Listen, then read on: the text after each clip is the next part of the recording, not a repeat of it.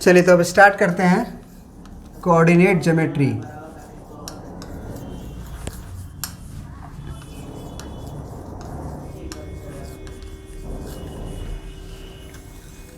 सबसे पहले coordinate geometry में आप लोग ये सब तो जानते होंगे, डिस्टेंस फार्मूला, सेक्शन फार्मूला, है ना।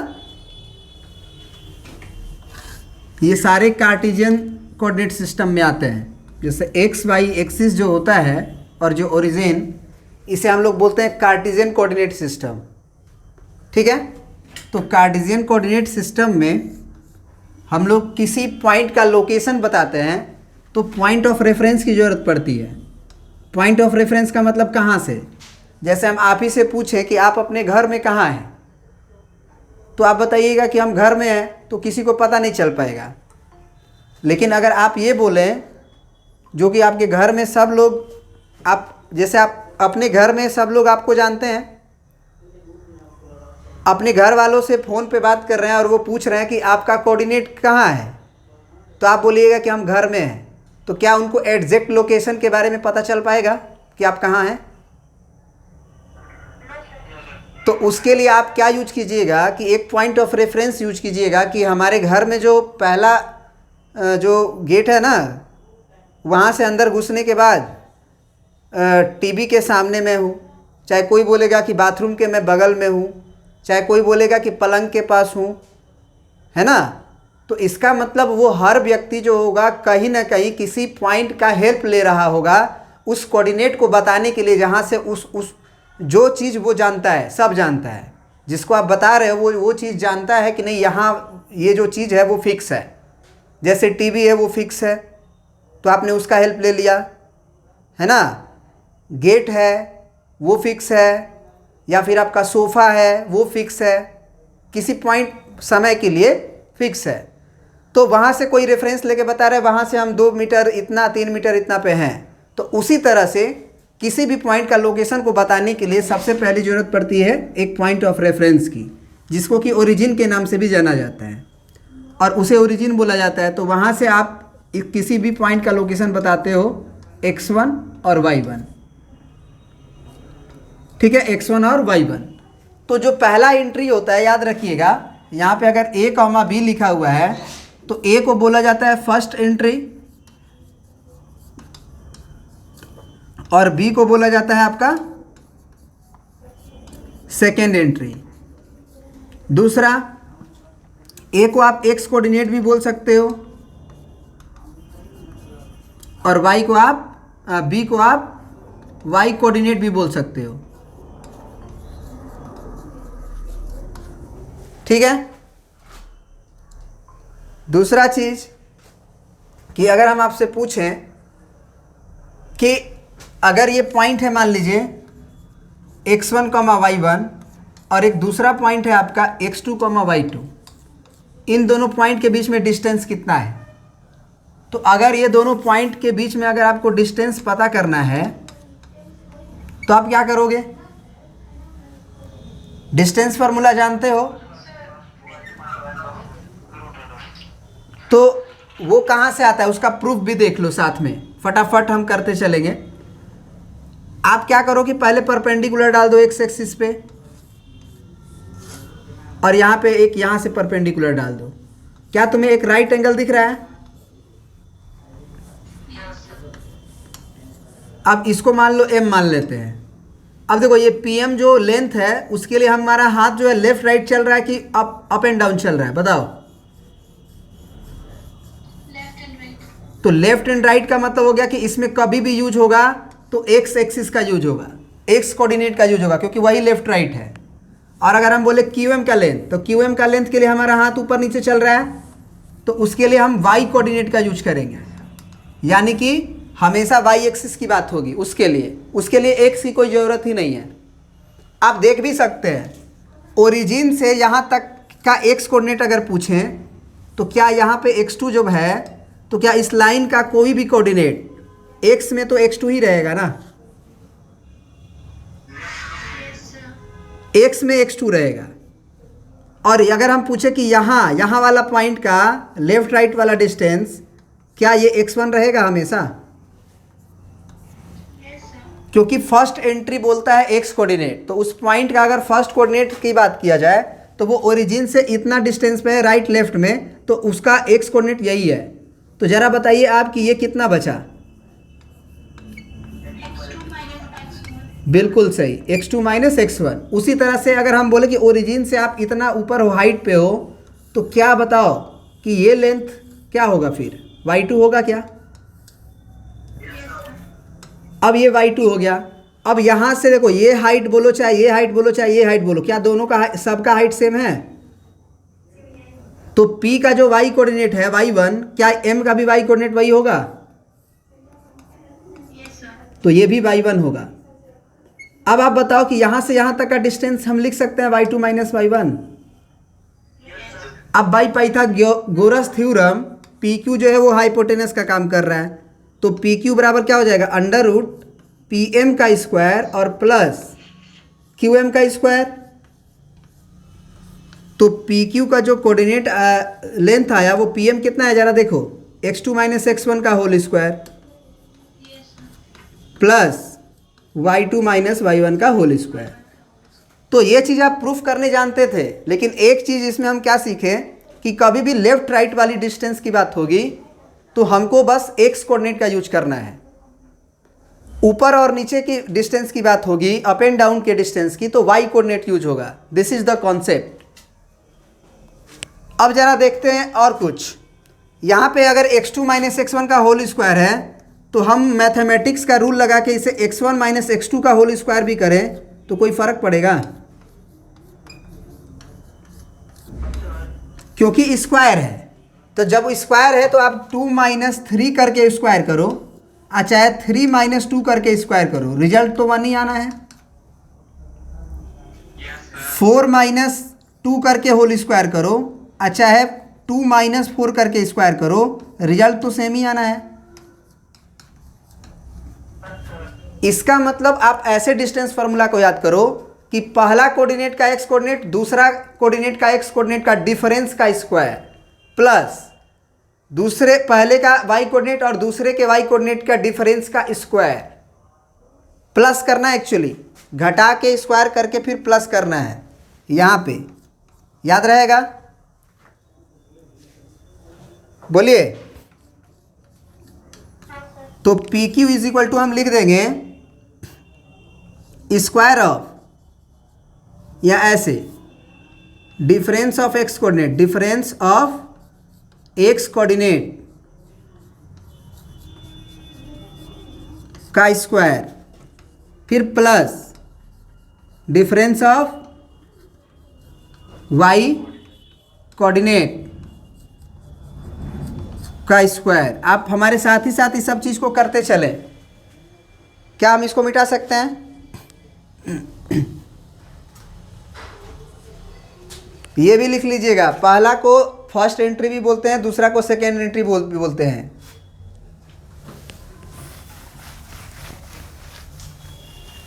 और ये जो कोऑर्डिनेट सिस्टम है वो क्या कहलाता है जी? Cartesian, Cartesian coordinate system.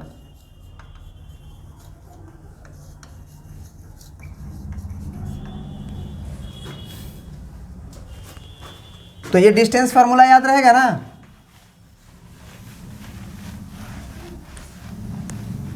बोलिए।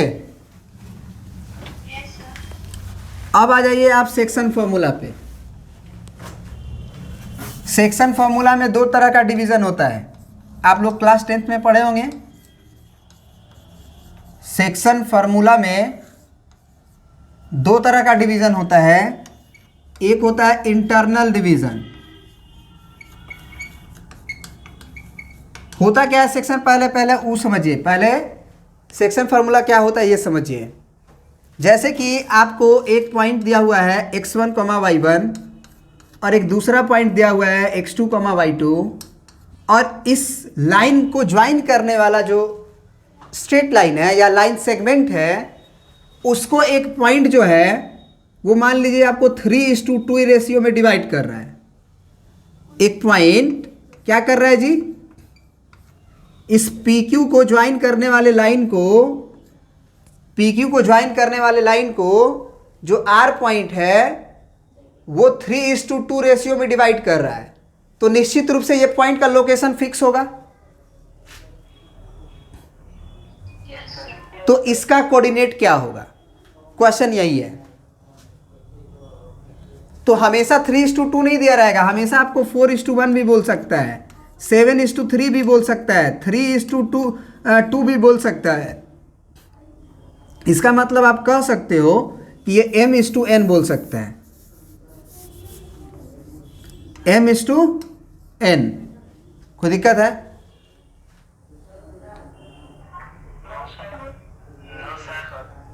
अब ये m:n है तो डायरेक्ट आपको पहले याद रखने का तरीका बताते हैं, क्योंकि काम वही आएगा, फिर प्रूफ दे देंगे।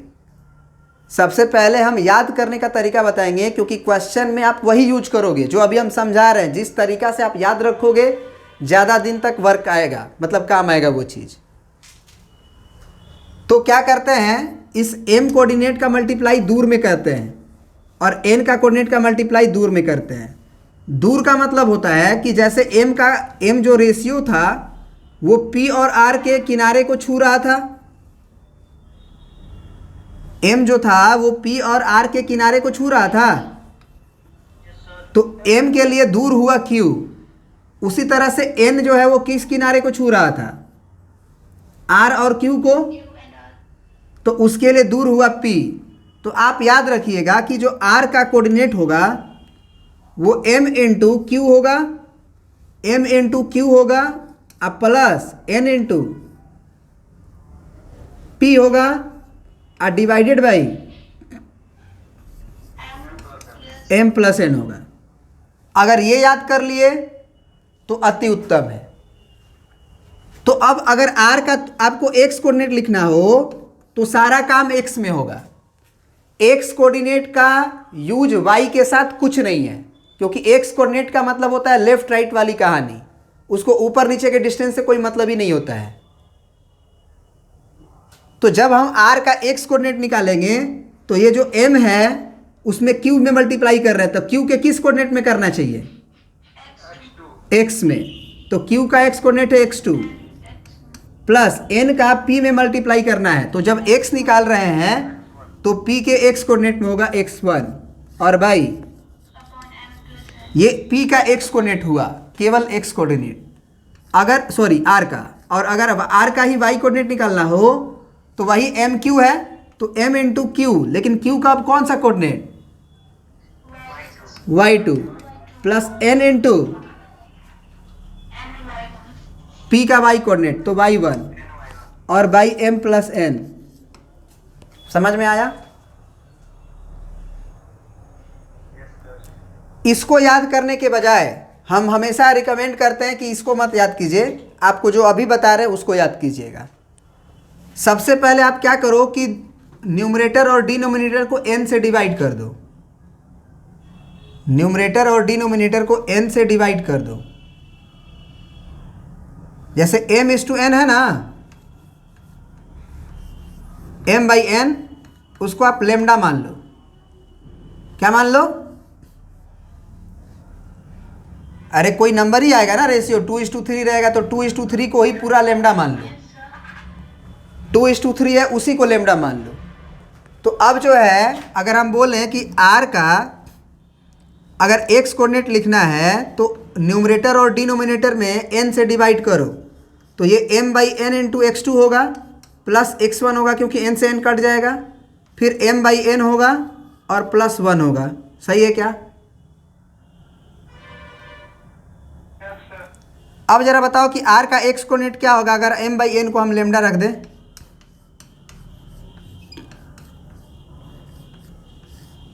ये होगा।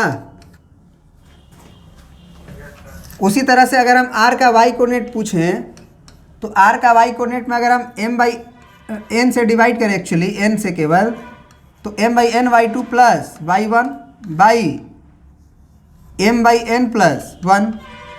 तो ये r का y कोऑर्डिनेट क्या हो जाएगा जरा बताओ आप, lambda y2 plus y1 upon lambda plus 1।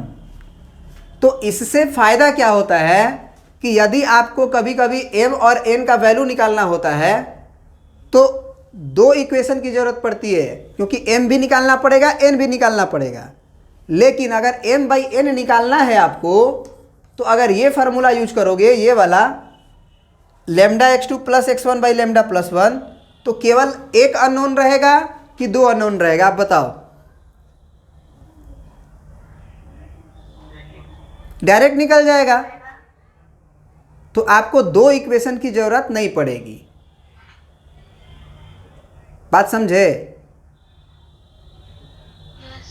तो अब आप बताओ, आप हमें अभी आप इस फार्मूला को भूल जाओ, इसको बताओ कि ये x1y1 है और ये x2y2 है।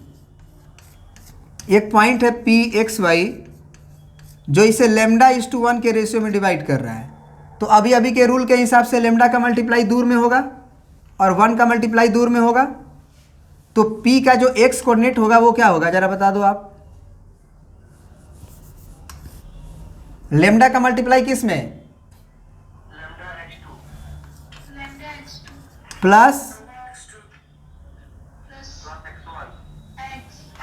x1 बाई और y कोऑर्डिनेट बता दो आप।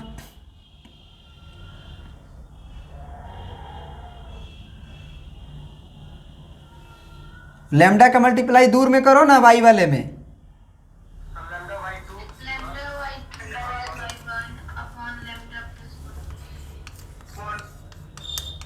समझ गए?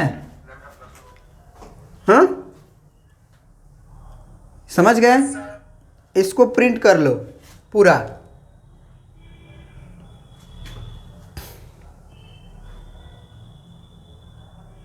क्या मिटा सकते हैं हम इसको?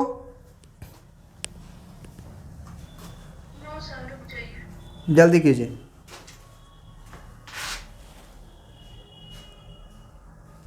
फिर से एक बार बोल दीजिए। x plus y is equal to 7 को 1,6 सेटिस्फाइड करेगा, 6,1 भी करेगा और 5 to 7 भी करेगा।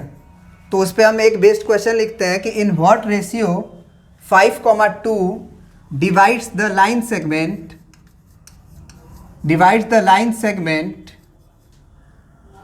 या डिवाइड्स द लाइन लिख लो, सेगमेंट भी लिख सकते हो, लाइन सेगमेंट ज्वाइनिंग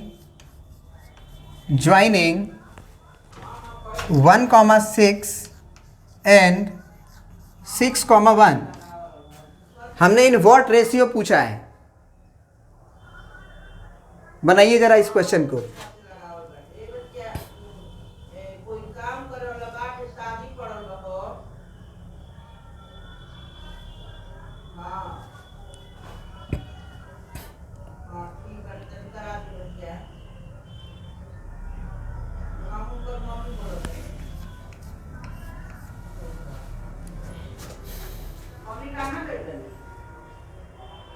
सबसे पहले आप फिगर बना लो, कौन लाइन ज्वाइनिंग कर रहा है, 1,6 एंड 6,1।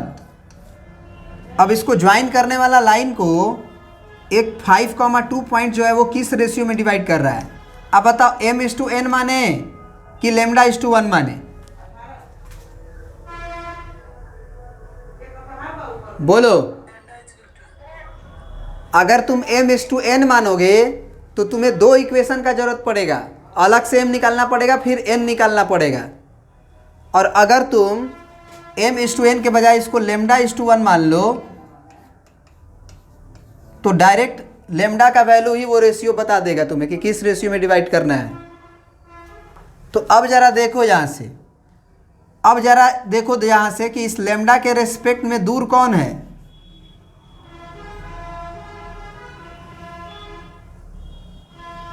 लेमडा के रेस्पेक्ट में दूर कौन है? 6,1 है, 6,1 है, 6,1। तो 6 और x कोऑर्डिनेट जब लिखेंगे इसका तो लेमडा का गुना 6 में होगा, लेमडा का गुना 6 में। अब प्लस इस 1 का गुना किस में होगा जी? 1 के लिए दूर कौन है? ये दोनों किनारे को छू रहा है तो दूर हुआ 1 6। तो जब x कोऑर्डिनेट लिखे हैं तो 1 का गुना 1 में होगा, और बाई लेमडा प्लस 1। क्या समझ में आया बात? बोलो, आवाज जा रही है मेरी? अब आप हमें बताओ कि क्रॉस मल्टीप्लाई करोगे तो क्या आएगा? 5 lambda plus 5 is equal to 6 lambda plus 1। अब अगर 5 लेमडा को उधर भेजे तो डायरेक्ट लेमडा बराबर क्या आएगा? 4 आएगा। इसका मतलब लेमडा को हम 4/1 लिख सकते हैं। तो ये 5,2 जो पॉइंट था इसे किस रेशियो में बांट रहा था? 4:1। डायरेक्ट लेमडा निकल गया। अब इसी क्वेश्चन में लिख लो यहाँ 5,2 के जगह पे 3,4। क्या 3,4 भी इसको सेटिस्फाइड कर रहा है ना?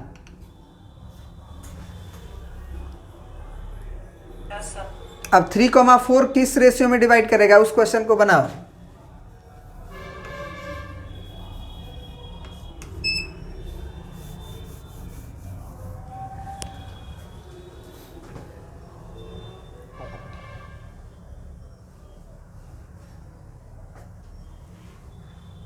जल्दी से बताइए।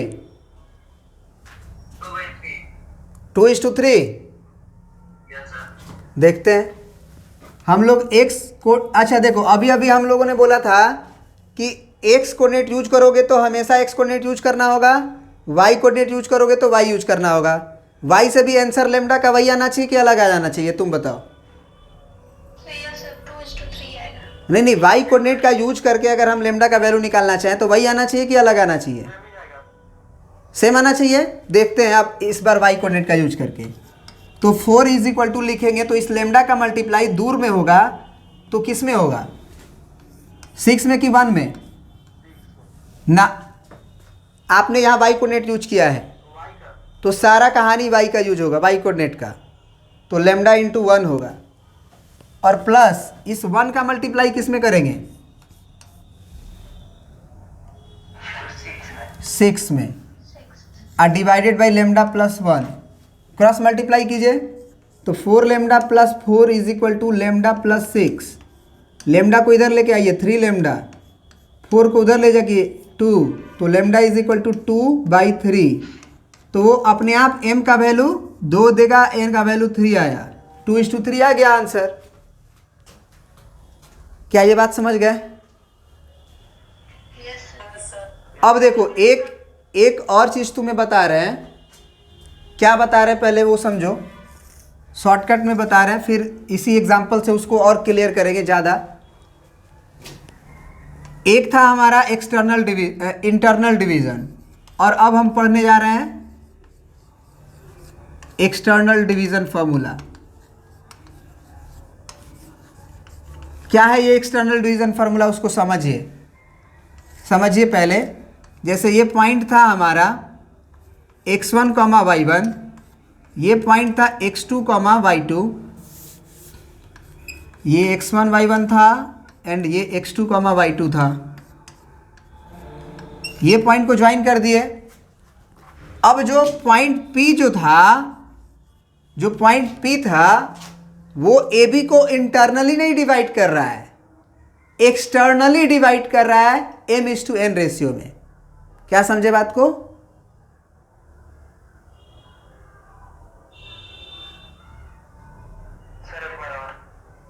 AB को इंटरनली डिवाइड करेगा तो P बीच में होगा और m/n लिखेंगे। हमने बोला कि AB जो लाइन सेगमेंट है उसको P जो पॉइंट है वो इंटरनली डिवाइड नहीं कर रहा है, एक्सटर्नली कर रहा है। तो एक्सटर्नली के लिए आप यहाँ पे एक dot dot dot dot line बनाओ और यहाँ पे P लिखो जो कि x, y है, जिसको निकालना है। तो अगर हम बोलेंगे कि P डिवाइड्स, यहाँ पे लिख लो P divides AB externally in the ratio m/n। या इसमें भी जो पढ़े थे हम लोग थ्योरी अभी जस्ट पहले इंटरनल वाला, उसमें लिख लेना P डिवाइड्स, उसमें लिख लेना P डिवाइड्स, एक्चुअली उसमें हम लोग PQR यूज किए थे ना,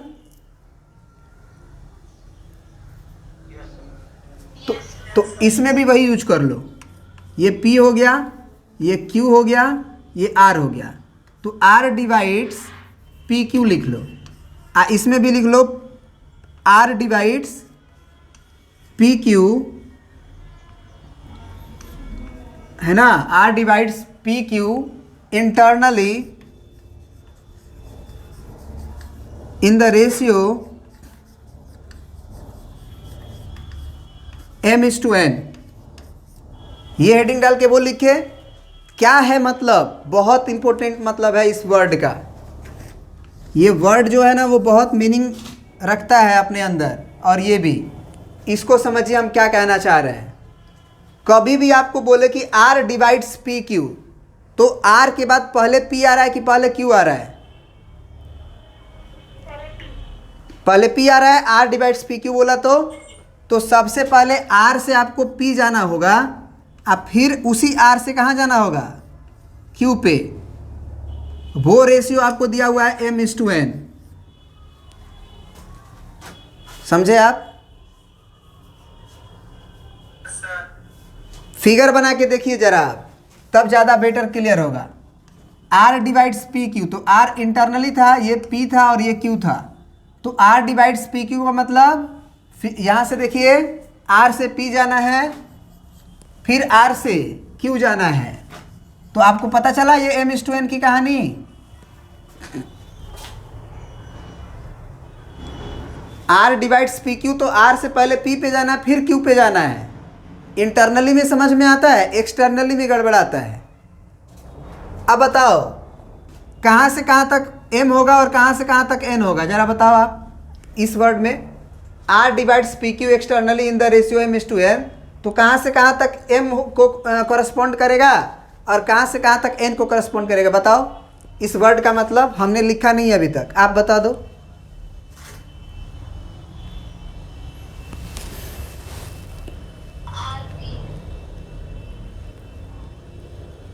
कहाँ से कहाँ तक m होगा ये बता दो पहले।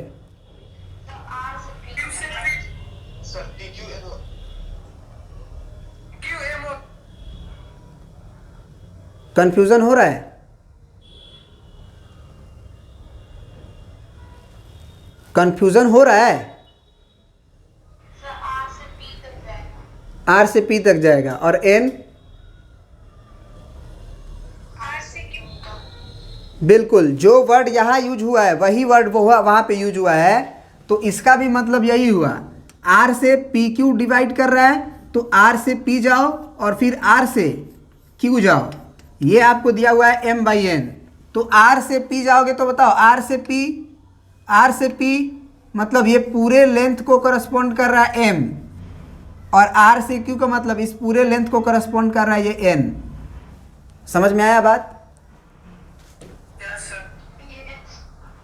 ये वर्ड को समझना, R डिवाइड्स PQ मतलब पहले R से P पे जाना है, फिर R से Q पे जाना है। तो R से P का करस्पॉन्डिंग लेंथ जो है m है। करस्पॉन्डिंग लेंथ का मतलब एक्चुअल लेंथ नहीं होता, याद रहे, रेशियो है, वो कट पिट के दिया हुआ है। नहीं समझ रहे हो? ये 2/3 भी हो सकता है, ये 5:3 भी हो सकता है, और 50/30 भी हो सकता है, या फिर 500/300 भी हो सकता है। कट के वो 5/3 को मेंटेन कर लेगा। आप इस बात से सहमत हैं? तो आरपी का लेंथ आप 500 बोलोगे कि 5 बोलोगे कि 50 बोलोगे? कंफर्म हो पा रहा है?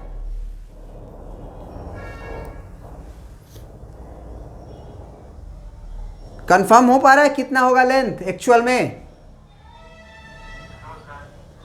तो वो एक्चुअल लेंथ होता ही नहीं है, वो करस्पॉन्डिंग लेंथ होता है। Ratio is not a actual length, this is the corresponding length.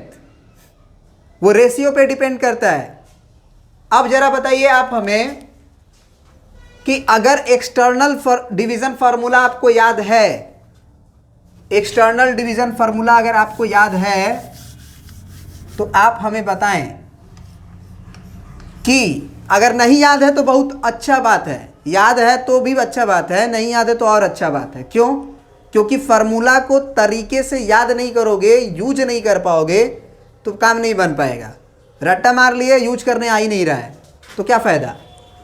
हम अभी अभी बताए थे कि m का मल्टीप्लाई दूर में होता है, तो दूर इन द रेस्पेक्ट ऑफ क्या बोले थे कि m का कॉर्नर कौन कौन छू रहा है,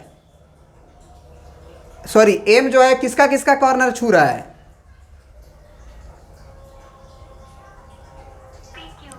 p का और r का, q का कहाँ छू रहा है भाई, p r का ना कॉरस्पॉन्डिंग लेंथ m दिया था। तो ये m के रेस्पेक्ट में दूर कौन माना जाएगा, p माना जाएगा कि r माना जाएगा कि q माना जाएगा, q माना जाएगा। यही बात आप याद रखिएगा। देखने में नज़दीक वो भले लग सकता है, लेकिन दोनों का जो कॉर्नर है जो छू रहा है लेंथ वाला, वो किसके नज़दीक है और वो कौन सा दूर है, उससे लेना देना होता है। तो यानी कि m का मल्टीप्लाई आप किस में करोगे, q में। इसको q लिख लो यहाँ पे नीचे। तो ये mx2 होगा और माइनस हो जाता है अगर आप एक्सटर्नल यूज करते हो तो। n का मल्टीप्लाई दूर के लिए कौन यूज होगा, q यूज होगा कि r यूज होगा कि p यूज होगा, p होगा। बहुत बढ़िया। By m minus n। y coordinate क्या होगा बोलो, my1 कि my2, my2 और प्लस कि minus, minus n into y1 और बाई m माइनस n। तो एक्सटर्नल डिवीज़न में बस माइनस लग जाता है और इंटरनल डिवीज़न में प्लस लग जाता है। अब एक ज़रा बात सोचना, हमारी बात को समझना। आपको अगर इस तरह से क्वेश्चन दिया जाए कि in what ratio 3,4 divides the line segment joining 1,6 and 6,1, तो क्या इन्होंने बोला कि इंटरनली डिवीज़न कर रहा था कि एक्सटर्नली? आप तो इंटरनल डिवीज़न ही यूज करोगे जनरली, एक्सटर्नल पे तो बाद में ना दिमाग जाता है। तो अब बताओ अब क्या करें। ऐसा भी हो सकता था कि वो पॉइंट एक्सटर्नली भी डिवाइड कर रहा हो, वो पॉइंट एक्सटर्नली भी डिवाइड कर रहा हो, ऐसा भी हो सकता है कि नहीं हो सकता है। तो आप तो फार्मूला इंटरनल का यूज कर रहे हो और होगा एक्सटर्नल, तो उस दरमियान होगा क्या, ऐसा क्या चमत्कार होगा कि वो एक्सटर्नल भी हो और आप डिवीज़न इंटरनल यूज करो तो भी काम बन जाए। उस समय होगा क्या एक्चुअल में, कोई बता सकता है?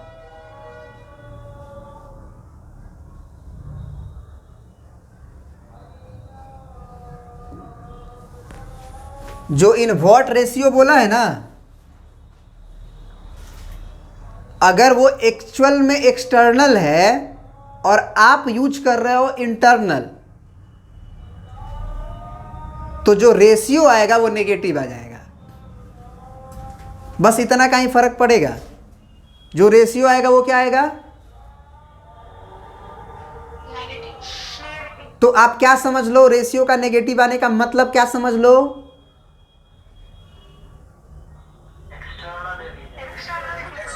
एक्सटर्नल डिवीजन था, इसलिए रेशियो नेगेटिव आया। This is the observations. इसको आपको बता दिया जा रहा है ताकि आप घबराए ना कि रेशियो कैसे नेगेटिव आ रहा है, रेशियो तो पॉजिटिव आना चाहिए, लेंथ का रेशियो है, नेगेटिव क्यों आ रहा है। तो नेगेटिव का रीजन क्या है, कि आपको पता चला बात।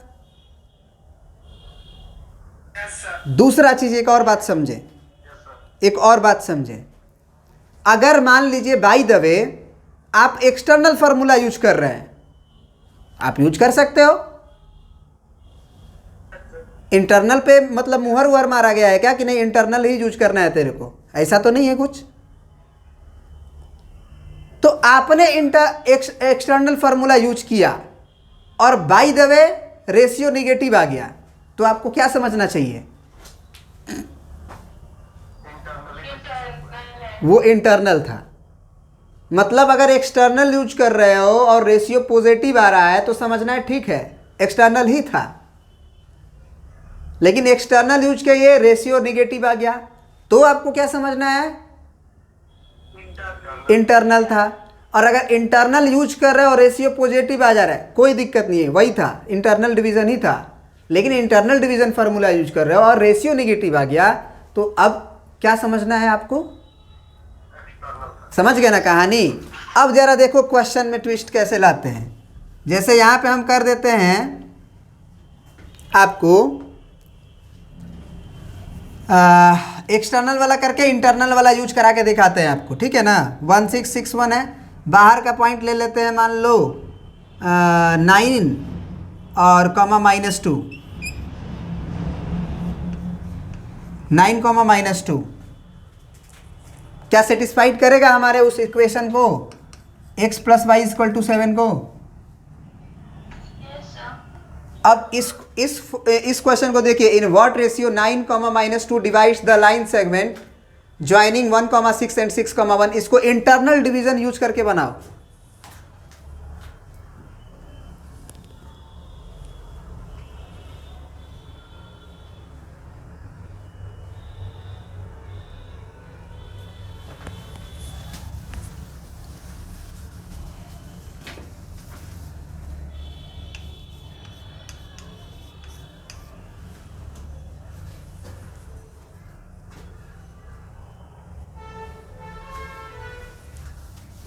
आ रहा है रेशियो निगेटिव?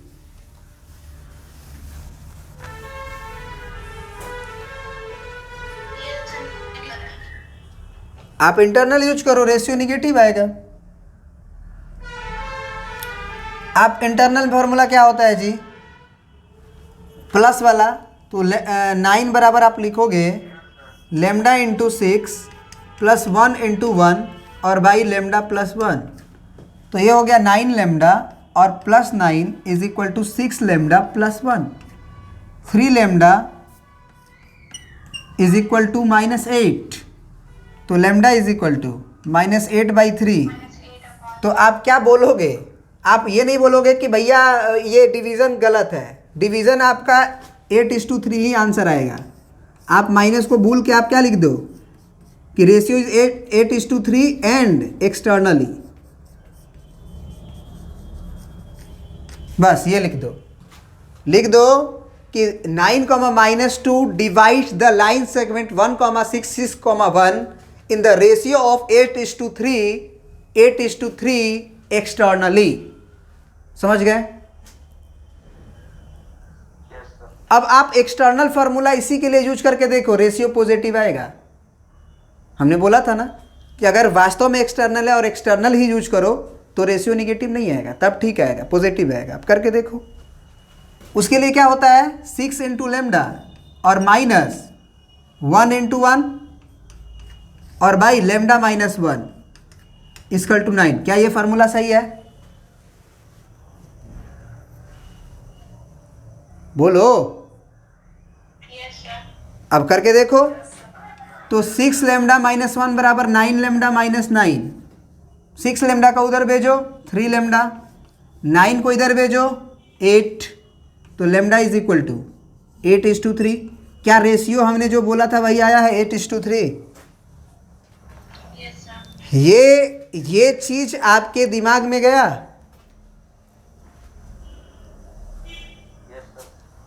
तो ठीक है, आज इतना ही रहने देते हैं। 1:10 हो भी गया। सर ये आप कौन सा चैप्टर पढ़ा है? बेटा ये चैप्टर जानते हो कौन सा है? ये जब मंगल ग्रह पे जाओगे ना प्रभात, यस सर। तो उस पे एक चैप्टर लिखा गया था, वही चैप्टर है ये। सर आदि सर दो है। तुम नहीं समझ रहे हो, हम बोल रहे हैं मंगल ग्रह पे जब जाओगे ना तो यही चैप्टर है मंगल ग्रह पे एक, उसी को पढ़ाए हैं। सर आप वो क्या बोलते हैं 2D कोऑर्डिनेट ज्योमेट्री पढ़ाए हैं?